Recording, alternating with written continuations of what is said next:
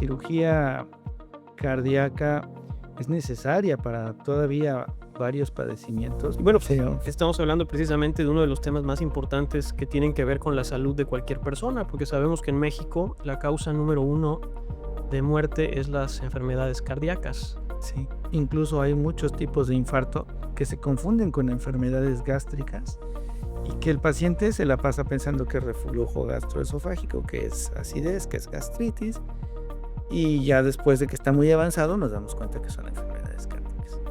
Hacernos un check-up, hacernos una revisión de salud anual, sí es importante. Es muy importante porque tenemos un parámetro, tenemos de dónde partir, sabemos cómo estamos. Y no el paciente que lleva muchos años sin atenderse y cuando se pone mal no sabemos nada, ¿no? El mensaje debe de ser, si hay un estudio de este tipo positivo, pues no debemos alarmarnos. Todo debe de llevar en conjunto con otros estudios al resultado óptimo, ¿no? Pero no nada más un solo estudio.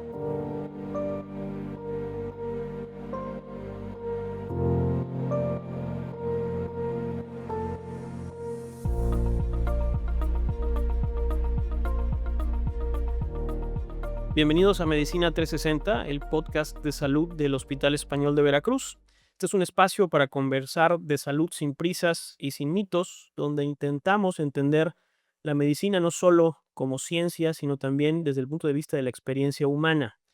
Aquí nos interesa hablar de las decisiones difíciles, de la incertidumbre clínica, del impacto precisamente que tiene la medicina, el impacto real en la vida de las personas, con expertos que nos hablen sin conflictos de intereses y tratando de encontrar una voz que nos ayude a diferenciar los mitos de la información que realmente vale la pena, ya que las redes sociales están llenas pues, de mucha información que a veces es útil, pero a veces no lo es tanto. Y el día de hoy tenemos pues una persona que nos va a platicar de un tema interesante. Tenemos al doctor Gerardo Carrión, que es cardiólogo y cardiólogo intervencionista y que precisamente se dedica pues a atender problemas graves de salud que son de interés para todos. Gerardo, Hola Toño, buenas tardes, ¿cómo estás? muy bien, Gusto en muchas saludarte, gracias. gusto estar aquí, gracias por la invitación. Muchas gracias a ti por estar con nosotros y por aceptar la invitación para hablar de estos temas.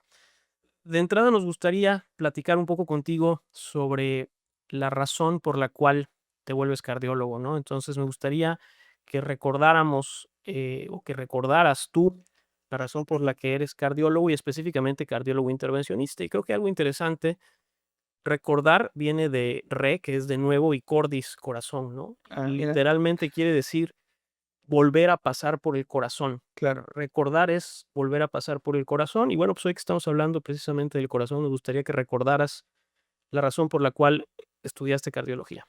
perfecto. Mira, yo te voy a ser sincero. Creo que muchas veces en mucha gente estudia algo, como dicen, por vocación, porque les nace, porque les gusta. Pero también algunas veces estudias o haces cosas por admiración, porque te ves reflejado en alguna persona que admiras.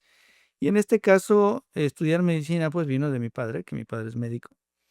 Y, pues, desde chico mi decir era que, pues, voy a ser médico, voy a ser médico. Como, yo nací cuando mi papá todavía estaba estudiando medicina, pues, cuando él hizo cardiología, yo ya estaba más grande, y cuando hizo cardiología, pues, yo ya no iba a ser médico, ya iba a ser cardiólogo. Entonces, finalmente, creo que cuando me encuentro con la especialidad, pues bueno, me gusta, me apasiona y lo hice muy contento. Pero ser intervencionista nació cuando ya yo estaba acabando la facultad de medicina y estaba estudiando para el examen de residencias médicas, leyendo un libro eh, que traía múltiples especialidades, compendio este clínico que antes le llamaban Crouch-Chatton. Venía un apartado donde estaba un cierre de comunicación interauricular y ese cierre era por vía intervencionista. Teniendo mi papá cardiólogo que no es intervencionista, le pregunté esto cómo se hace, me dijo pues es una sombrilla que se mete por la vena, tapa el orificio y se acabó.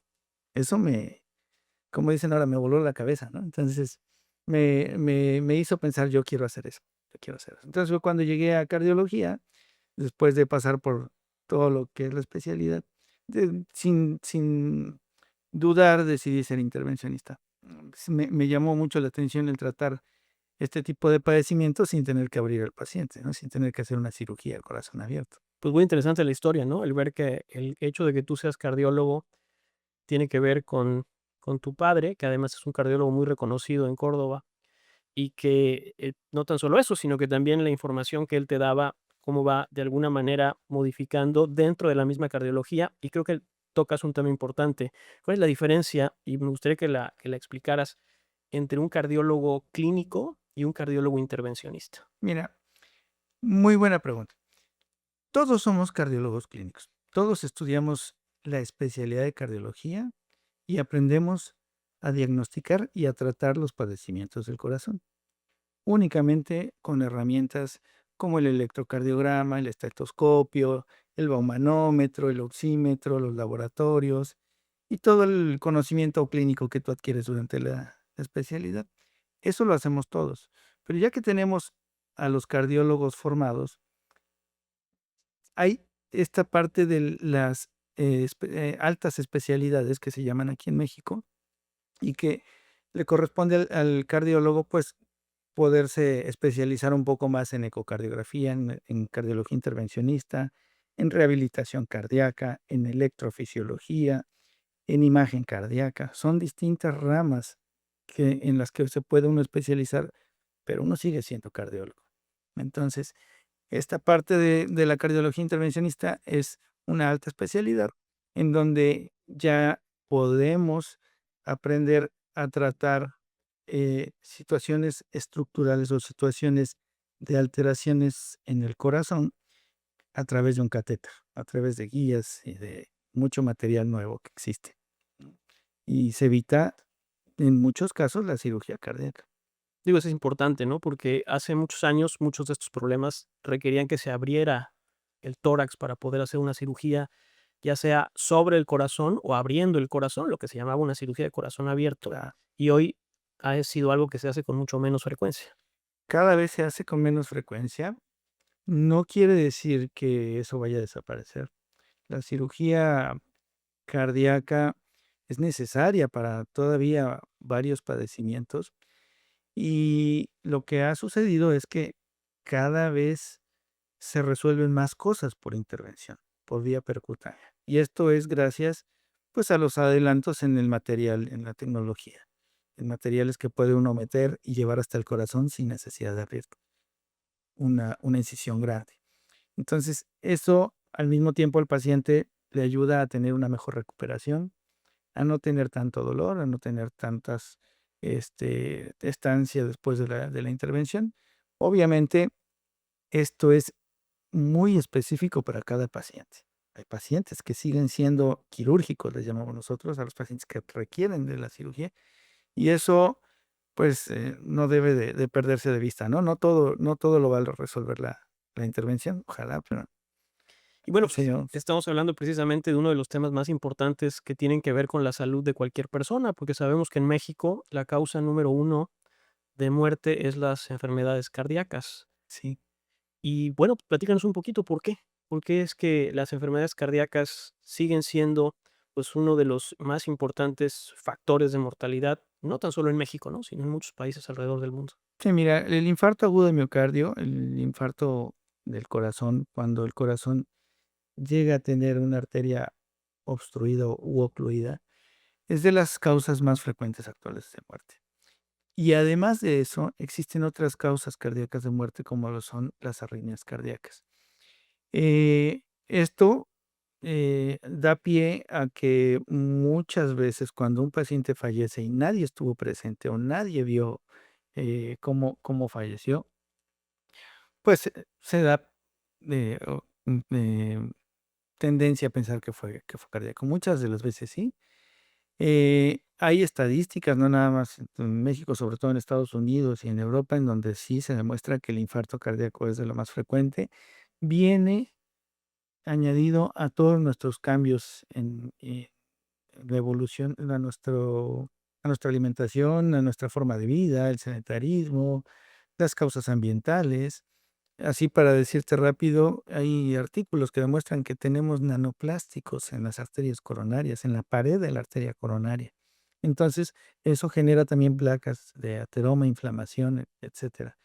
Todo esto viene a causar que el corazón, como bomba para permitir la vida y el riego sanguíneo, al afectarse, muchas veces causa la muerte, a diferencia de otros órganos que también tienen mucha importancia, pero que cuando fallan pueden subsistir con otras terapias, ¿no? Digamos el riñón con diálisis, etcétera. Cuando un corazón llega a fallar, ya es muy difícil poder mantener con vida al paciente y esto es lo que lleva a la muerte a muchos pacientes.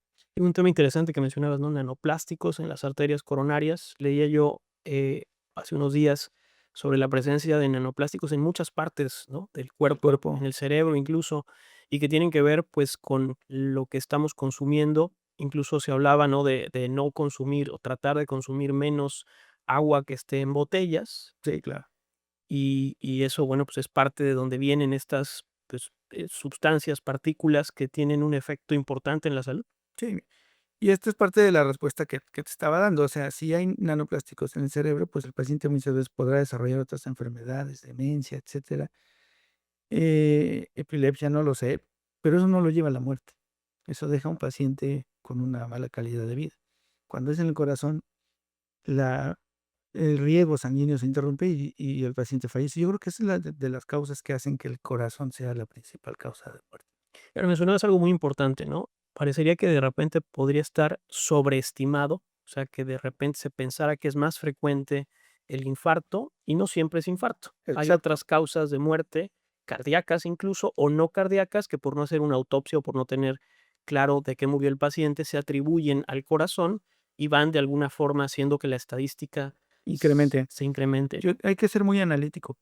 Siempre que llega un paciente y me dice, es que mi papá murió de infarto, mi abuelo murió de infarto, mi tío murió de infarto. A ver, vamos por partes. ¿Cómo murió su papá? ¿Cómo murió el abuelo? ¿Cómo murió el tío? Porque si estuvo alguien presente, si hubo dolor de pecho, si llegó al hospital, si le hicieron diagnóstico, es muy diferente a que haya fallecido, nadie supo de qué y dijeron que era un infarto. Entonces, desde ahí tenemos que empezar a ubicar la situación del paciente, porque podemos encasillar a un paciente en otro tipo de enfermedades que a lo mejor no es.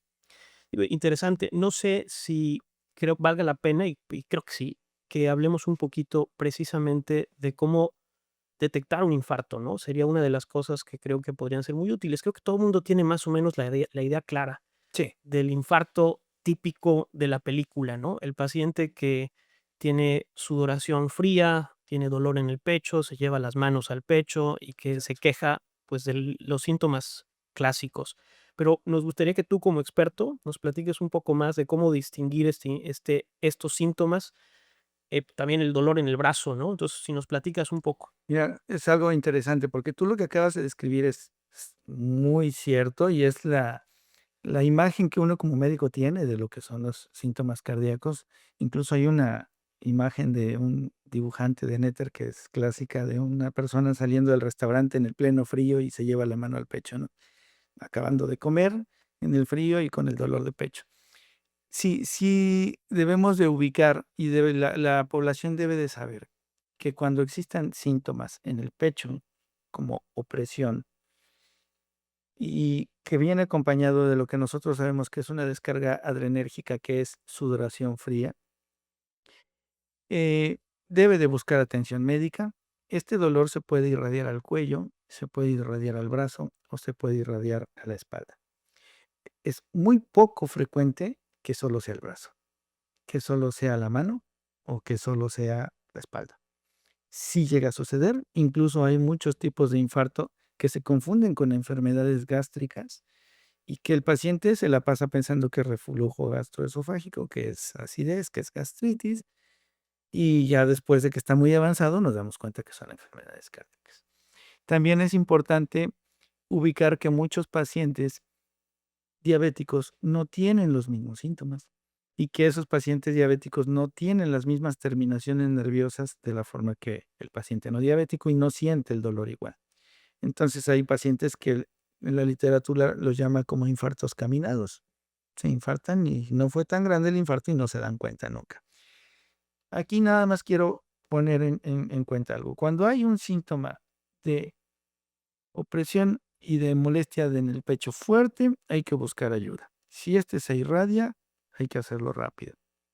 Pero también no se debe de caer en pánico porque tenemos muchos pacientes que llegan al consultorio porque sabemos el internet y el Google, ChatGPT, todo nos dice que si duele el brazo o el cuello, pues ya puede ser el corazón. No nada más porque duele el brazo es eso. Debe de haber síntomas que combinen. Que se Entonces, sumen para poder encontrar. Digo, yo en mi práctica clínica, como cirujano gastrointestinal, veo pacientes que tienen reflujo, como lo estás mencionando, y que se pueden de alguna manera confundir un síntoma con el otro, pero si realmente uno interroga bien y hace que el paciente se detenga, te das cuenta que habitualmente cuando el problema es cardíaco, hay otros síntomas que se estaban pasando por alto. exacto. Y algo que le puede servir mucho a la gente, porque eso también nos pasa, es cuando el síntoma tiene muchos días y es igual y ahí está, probablemente eso no es el corazón. Y si el síntoma es fuerte y llega a hacer que el paciente se descompense, aunque se recupere al rato, eso sí hay que buscar ayuda. Cuando se quita, muy probablemente, o sea, hay que buscar ayuda porque no es el corazón el órgano que se mantenga dando esa molestia de manera permanente durante horas y días. Eso muchas veces no es cardíaco. Yo creo que es un mensaje importante, ¿no? El estar muy consciente y observando los síntomas que tiene cada persona. Y cuando tú ves que un síntoma es algo fuera de lo normal, de lo que tú has tenido y has achacado a algo, pues eso es un momento como para buscar atención médica. Y otra cosa que también es importante, Toño, es la falta de cultura que tenemos para hacer revisión de manera preventiva en nosotros mismos. Hacernos un check-up, hacernos una revisión de salud anual, sí es importante. Es muy importante porque tenemos un parámetro, tenemos de dónde partir, sabemos cómo estamos. Y no el paciente que lleva muchos años sin atenderse y cuando se pone mal no sabemos nada, ¿no? Y creo que es algo muy importante que va a ser la siguiente pregunta que te voy a hacer, que es el valor de la prevención. Ujú. Pero antes de que de que hablemos de los check-ups o de la importancia de prevenir, me gustaría que nos dieras diferencias de los síntomas específicamente de infarto entre hombres y mujeres, ¿o se presentan igual? No, no se presentan igual. Los síntomas de infarto en el hombre sí son muy característicos. Muchas veces es como se presentó en forma de opresión precordial, que se irradia el brazo, como ya lo comentamos, etcétera. Pero en las mujeres a veces no. En las mujeres el síntoma puede ser muy diferente y en ellas a veces atípico, incluso dolores en zonas a donde no es lo cardíaco. Entonces, ese es un tema importante porque incluso en las sociedades cardiológicas americanas y europeas, sobre todo en la americana, hay un capítulo de cardiopatía en la mujer, ¿no? Entonces, sí hay síntomas que pueden llegar a ser, nos tocó una señora que ahí sí nada más le dolía esta parte del brazo cuando estaba haciendo mucho esfuerzo, que es un dato muy importante, que el dolor se presente cuando el paciente hace esfuerzo, sea hombre o mujer. Y sí son síntomas que se presentan a veces sin sudoración, o sin descarga adrenérgica y con dolores que pueden ser atípicos, le llamamos nosotros.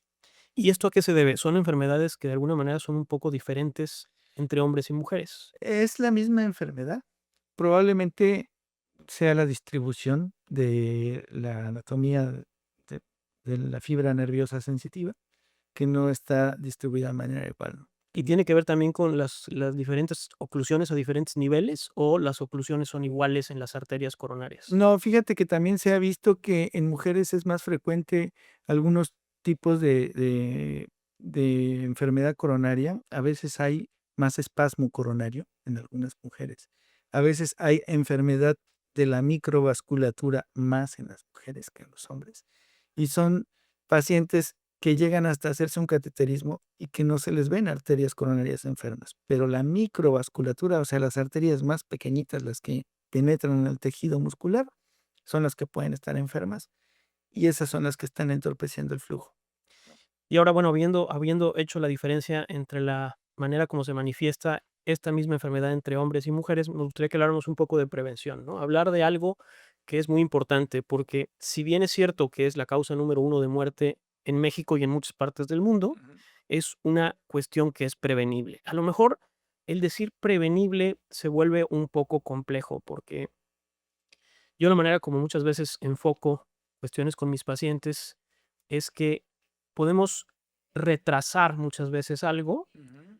A lo mejor no lo podemos evitar para siempre, ¿no? Que eso es algo Buen que es punto. muy importante hacer la diferencia, ¿no? Tenemos que entender que la salud es algo que cambia a lo largo de la vida. Entonces, prevenir muchas veces también retrasar, Retrasar. pero eso es importante porque lo que estamos buscando es algo que es muy diferente, que es el tiempo de vida y también hay otra cosa que es la calidad de vida durante ese tiempo de vida, ¿no? Y queremos que las 2 sean muy largas y para eso retrasar es importante cualquier enfermedad.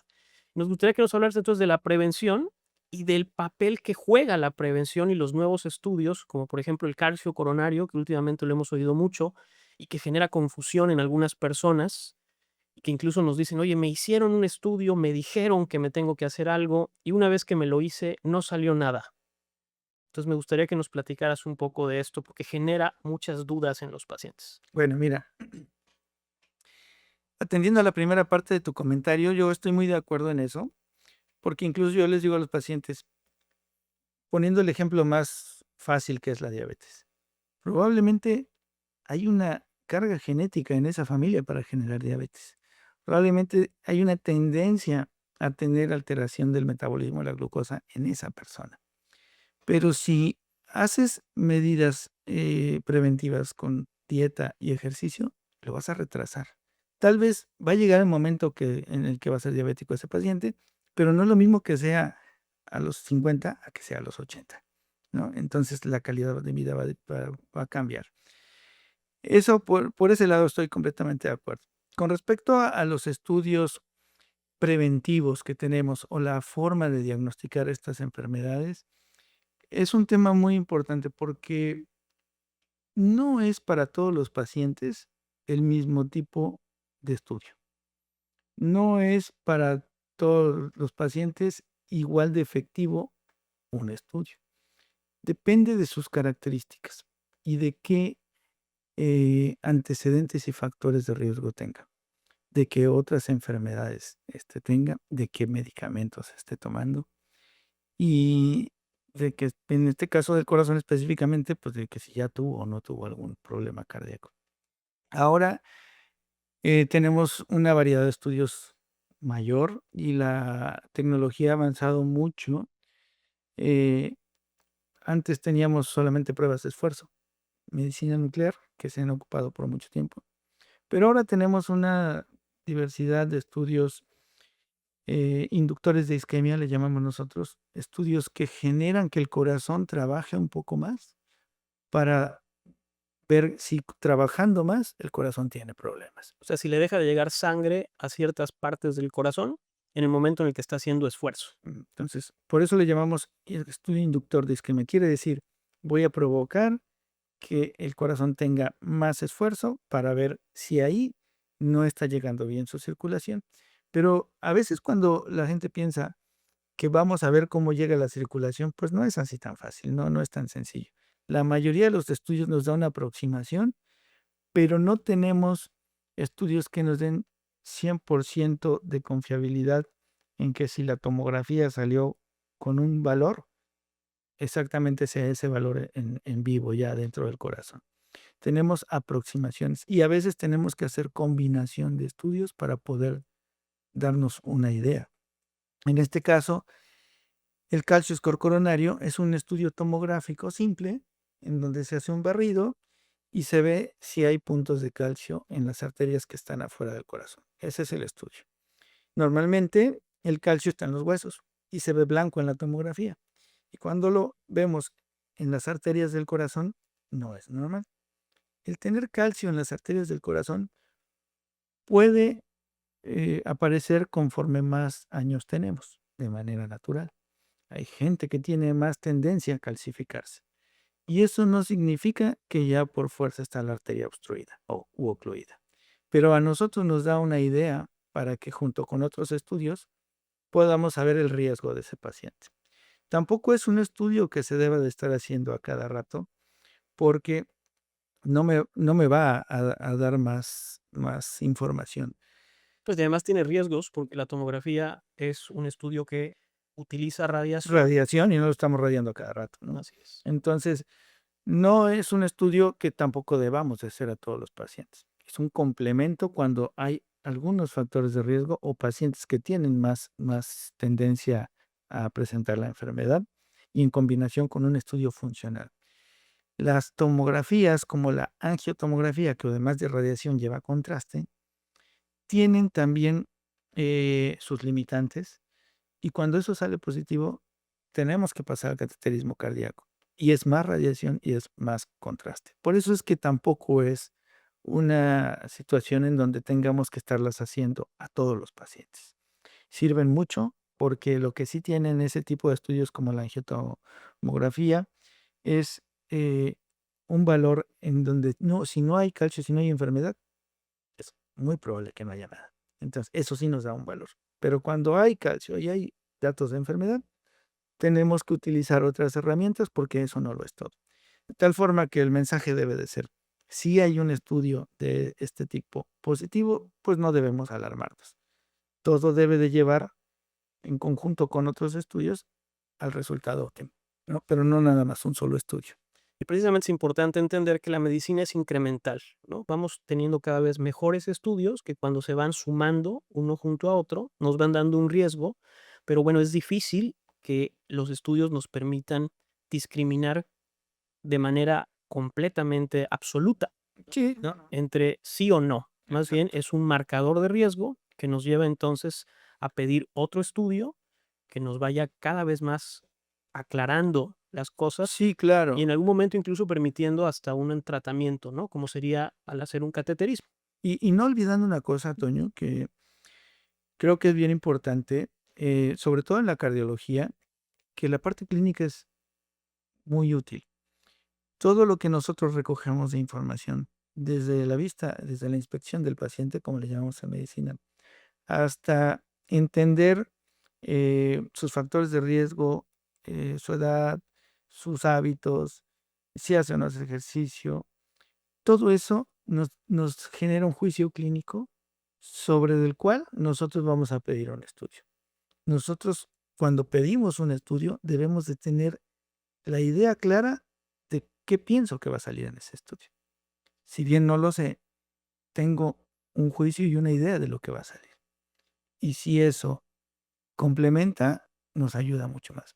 Cuando pedimos estudios sin tener ese juicio clínico, pues vamos a perder mucho más. Eso es lo que se conoce como probabilidad preestudio, ¿no? Sí, Que nos permite, pretest, probabilidad pretest. ¿no? Y pues es parte de, a lo mejor aquí vamos a utilizar un término un poco raro, ¿no? Pero es parte de la estadística y del análisis bayesiano, en el cual Ujú, tú, dependiendo de lo que piensas que el paciente tiene antes, vas modificando pues tu criterio conforme lo que va saliendo, ¿no? exacto. Entonces, bueno, prevención, es posible la prevención y es posible la prevención no nada más a través de hacer estudios que nos detecten los problemas, sino también es posible hacer intervenciones preventivas, como mejorar tu alimentación o un tema que es o utilizar medicamentos como por ejemplo las estatinas, ¿no? Que son los medicamentos que bajan el colesterol.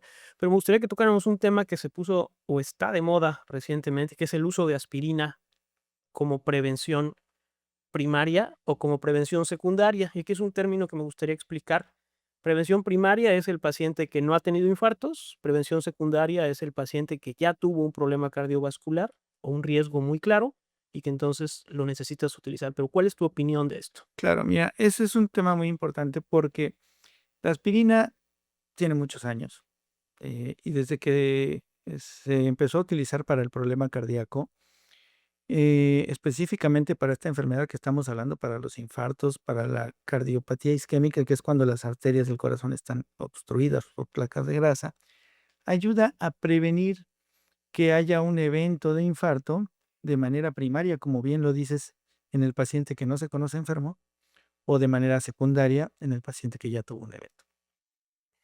De manera primaria no está justificado a menos que se tengan elementos suficientes para pensar que ese paciente tiene alto riesgo.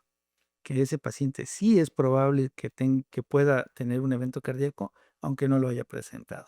¿Por qué no está justificado? O sea, ¿por qué si es una Por- aspirina, es algo muy sencillo de tomar? Todos nos hemos tomado una aspirina. Porque a pesar de que parece sencillo, el tomar dosis continuas de aspirina, por poca dosis que sea, llega a generar irritación gástrica y llega a producir algunos problemas de gastritis o úlceras gástricas, sobre todo en pacientes de edad avanzada, O incluso riesgo de sangrado en otro lado. en otro lado. Y riesgo de alergias. También las alergias a la aspirina son fuertes. Yo soy alérgico a la aspirina. Entonces, esto no está justificado a menos que tengamos elementos para pensar que ese paciente es de alto riesgo, que ese paciente tiene riesgo de infartarse, que es diabético, que no está bien controlado, que no toma sus medicamentos, tiene muchos años de diabetes, lo mismo con la presión alta, que no está bien controlada, muchos años, que tiene colesterol alto, que ha tenido síntomas y que tiene en conjunto probabilidad de tener enfermedad. Vale la pena como preventivo en lo que vemos si hay o no hay enfermedad. Y el paciente que ya tuvo un evento es mandatorio que tenga aspirina como complemento de tratamiento, le llamamos nosotros antiisquémico, para que no tenga un segundo infarto o un tercer O sea, en evento. quien ya tuvo un evento, un infarto, Sí está es indicado obligado. como parte del tratamiento, a menos que tenga contraindicación.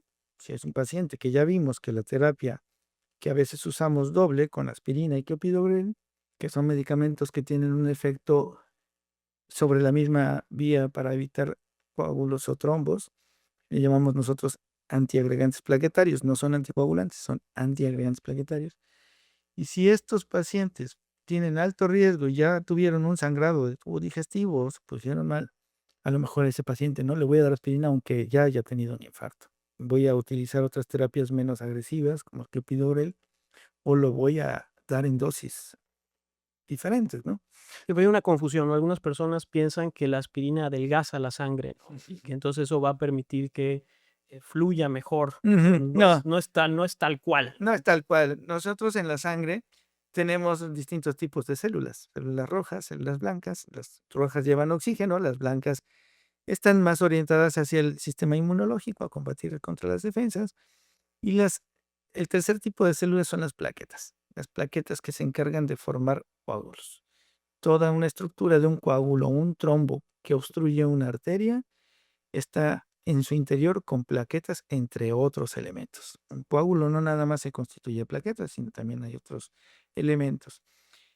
Lo que hace esta aspirina y el clopidogrel como antiagregantes plaquetarios es que evitan que se una una plaqueta a otra, pero no lo hacen de manera total, lo hacen de manera parcial.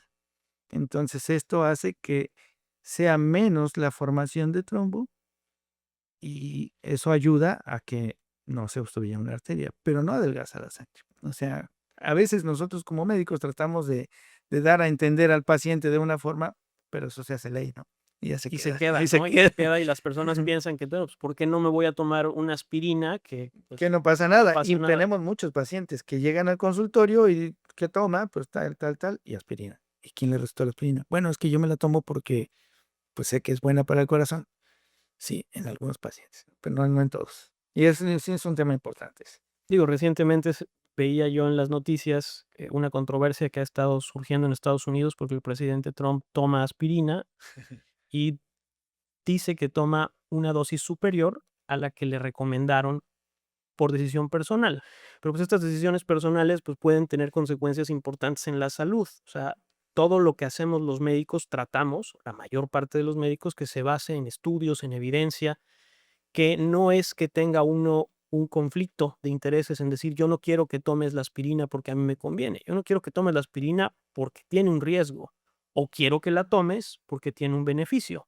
Entonces, ¿cuál es la dosis en los casos en los que sí está recomendada la aspirina que sirve? Está demostrado que la dosis recomendada de aspirina es de 80 miligramos. En Estados Unidos sí venden de 81 miligramos. Y con eso es suficiente para mantener ese efecto que puede dar beneficio a los pacientes que tienen riesgo. En México, la presentación más baja que tenemos es de 100 miligramos. Y como no tenemos otra, pues estamos de 100 miligramos. Pero si hay un paciente que puede conseguir la de 81, puede ser mejor. Incluso a nivel institucional, solamente se tiene de 300 miligramos de forma soluble. Y los médicos a nivel institucional le dicen, parta la pastilla de 300 en dos para que pueda tener la menor dosis que le pueda ayudar. Y están dando 150, que Es es casi el doble de lo que está recomendado. de lo que está recomendado, pero pues es muy difícil para el paciente partirla en 4 y si es a nivel institucional no hay de otra, pues esa se usa. Pero la dosis útil suficiente es la de 80 miligramos. ¿Qué más podemos hacer entonces como prevención de cardiopatía isquémica? Antes que pasar a esta parte, Toño, yo quisiera nada más dar un preámbulo en la forma en la que yo veo esta enfermedad, porque es una enfermedad a la que me enfrento todos los días, es parte de lo que hago más. Eh, Nosotros tenemos en medicina una historia natural de la enfermedad, una evolución de cómo se va generando la enfermedad hasta que produce la muerte. En este tipo de enfermedad, lo que primero sucede es la formación de una placa de ateroma, que llamamos ateroma y es de grasa, con algunos otros componentes, en la pared de la arteria. Y el último evento es cuando se forma el coágulo y tapa la arteria. Para este proceso pasan muchos años. Y vale la pena entonces actuar no con la aspirina cuando se forma el trombo, sino actuar cuando se está formando la placa o antes de que se forme la placa. Para eso, nosotros debemos de ubicar al paciente en qué momento puede estar. Y muchas veces por eso recetamos la estatina, el medicamento famoso para bajar el colesterol, que no es, como yo les digo a los pacientes, un medicamento que nada más baje el colesterol. Es un medicamento que inhibe la formación del colesterol que nosotros estamos formando en el hígado. Y este medicamento no es para todos tampoco, pero para muchos se deberá dar en dosis diferentes dependiendo del paciente y dependiendo de la evidencia que tengamos en esa persona de que esté formando placa. Entonces, hay mucha controversia en las redes y en el internet, hay muchas personas que pueden estar en contra de este tipo de medicamentos. La verdad es que la evidencia muestra de que de manera segura, en dosis correcta y en pacientes correctos, para el nivel de colesterol que queremos llevar, es completamente bueno y es una de las mejores formas de prevenir. Además del ejercicio y una buena dieta, ¿no?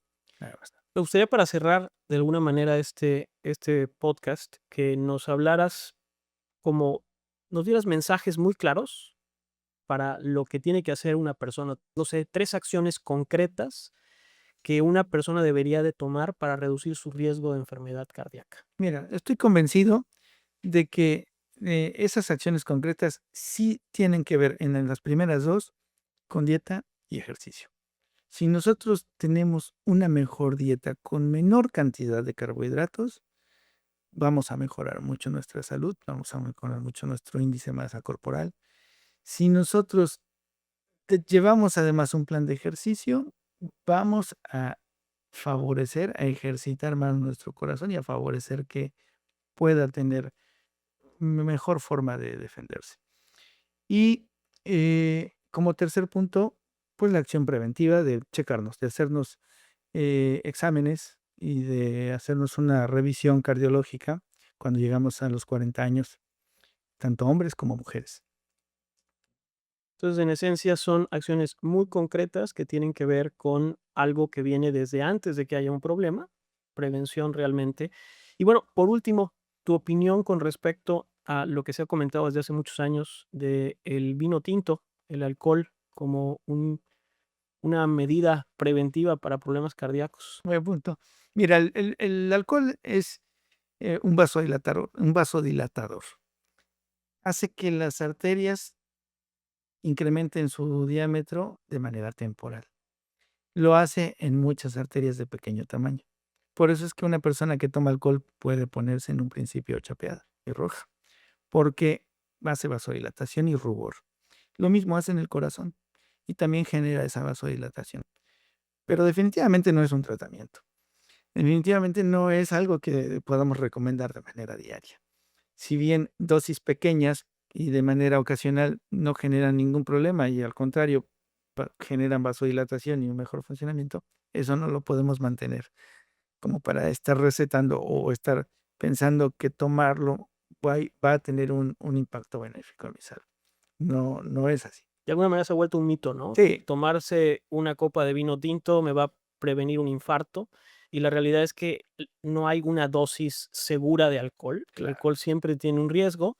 Recientemente, en las guías de alimentación que se acaban de actualizar en Estados Unidos, pues no lo satanizaron tanto, y de hecho lo han mencionado como un lubricante social que tiene un beneficio desde el punto de vista de interacciones sociales, pero no hay realmente evidencia de beneficio de uso de alcohol para prácticamente ninguna condición de salud. Claro, Y es algo que hay que tener claro, ¿no? claro, no es lo que se debe recomendar. Pues, Gerardo, queremos agradecerte mucho por compartir tu experiencia, Gracias. tu criterio y estas reflexiones breves, pero creo que muy concretas de lo que podemos hacer. Y bueno, pues, de nueva cuenta, queremos agradecerles también a ustedes por su atención, y si esta plática, esta conversación les resultó útil, compartirla para que más personas puedan acceder a esta información. Y en Medicina 360 vamos a seguir explorando la medicina desde todos sus ángulos y siempre pues con una idea clara, sin conflictos de intereses, y hablando de la práctica real, de lo que está claro que funciona, de lo que hay evidencia que tiene beneficio. Muchas gracias. Gracias.